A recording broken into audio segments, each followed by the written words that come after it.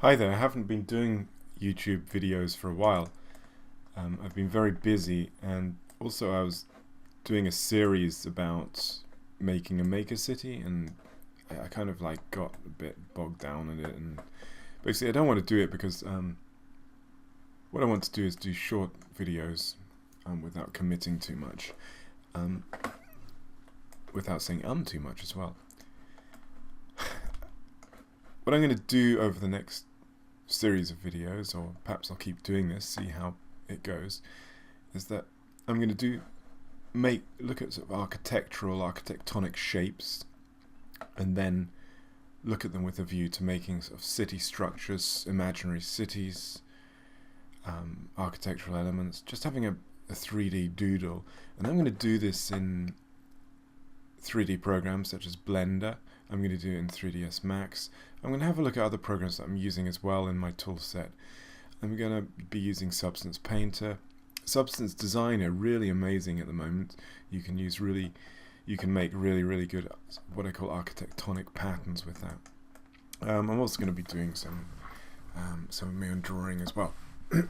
So let's see how it goes. So what I thought today is that I've got a doodle here, which is some circles and squares.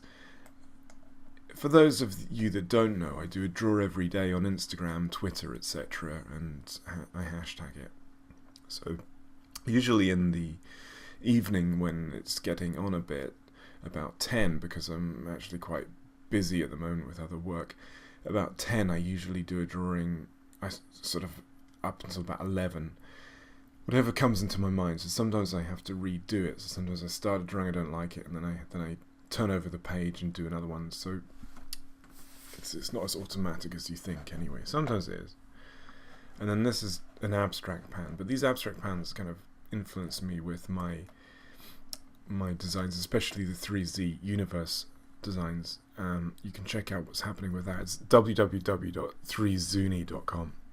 It's a science fiction universe story with images. Let's start. I'm in Blender. It could be another program, whatever. I'm going to make some cylinders. Go to Mesh, Add, Cylinder. You can also do Shift and A. I'm not going to go too much into the technicalities here.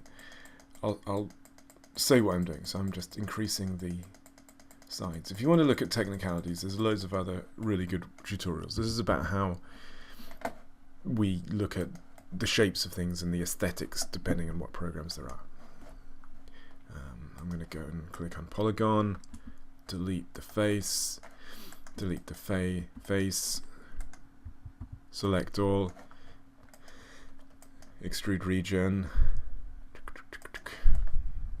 Yeah, so that's one cylinder. I'm going to go here and duplicate another cylinder, make another cylinder, sorry, and duplicate another one.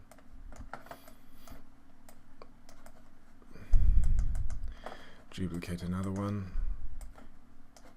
These cylinders are quite uniform. What I'd like to do is shift them around a bit to look like they're a bit more random. I'm going to add Shift and a cube. S to scale. In Blender it's S to scale. If we're using another program it won't be that, but I'll tell you that when I'm using that. S, duplicate. So I've got some shapes here. I'm trying to keep the mouse away from the microphone. Apologies if you can hear it a bit.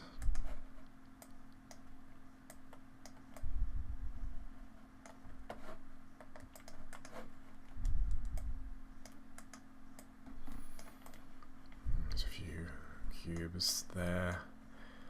Shift, Control, select. Sorry, Shift.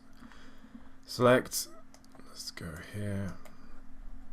So we've made a little doodle in 3D. But looking like that, it's kind of similar to that. Looking like this, it's a bit uniform. So when we're doing things in 3D, as I tell people when I do workshops, that we have to look at all angles exactly the same when making clay. Even when people make clay, I've seen people in life sculpting classes, it's like life drawing but with clay.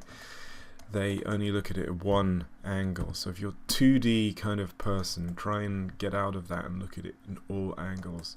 I'm a 3D kind of person, so spatially aware, left-handed, all that kind of stuff. So it's easier for people like me, but if you're very 2D kind of focused and you're working in 3D, you need to look at all angles constantly when you work. Well, you don't need to, there's not really any rules, but it's advisable. It's advisable, yeah. Right, if I'm speaking in a strange way, it's kind of late at night, so I'm trying not to make too much noise.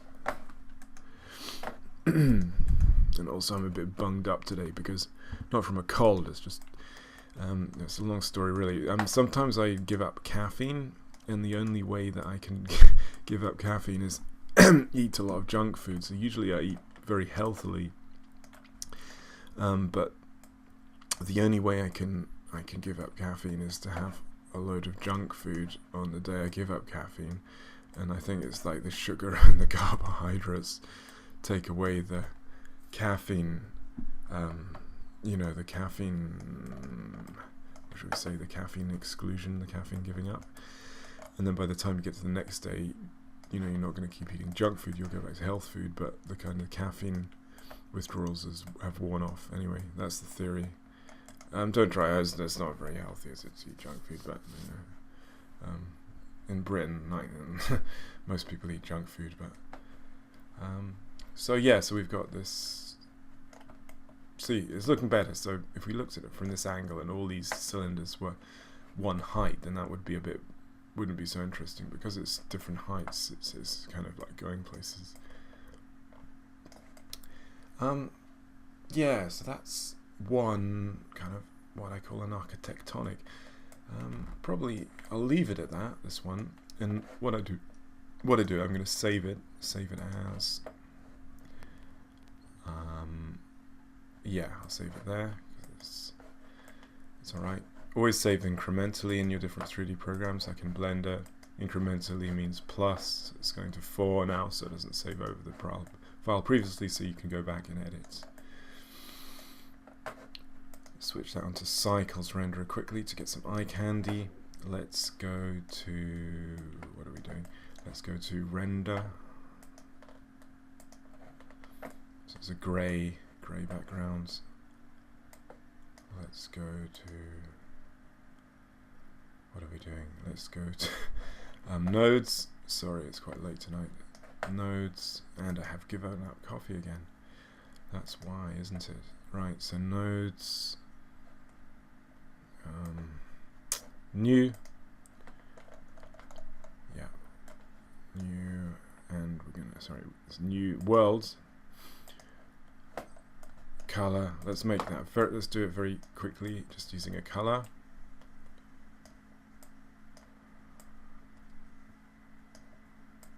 Look at that. Oh, I've just got some notification on my phone, apologies for that. Go to there, go to the lights, select sun. Use nodes. Give it a good power on it. Let's take this away. My computer is heating up. Go onto this screen here, beef border, click and drag. Let's make a new material. Let's make a new material and make it, I've got PBR materials installed. It's very useful plugin. Let's try and find a kind of grey, dark color. Asphalt, rubber, no asphalt. Yeah, that's yep, but it didn't. Why didn't it do that? Should have selected all of them. Let's go back to materials. So cylinder materials. Oh dear. Why is it doing that?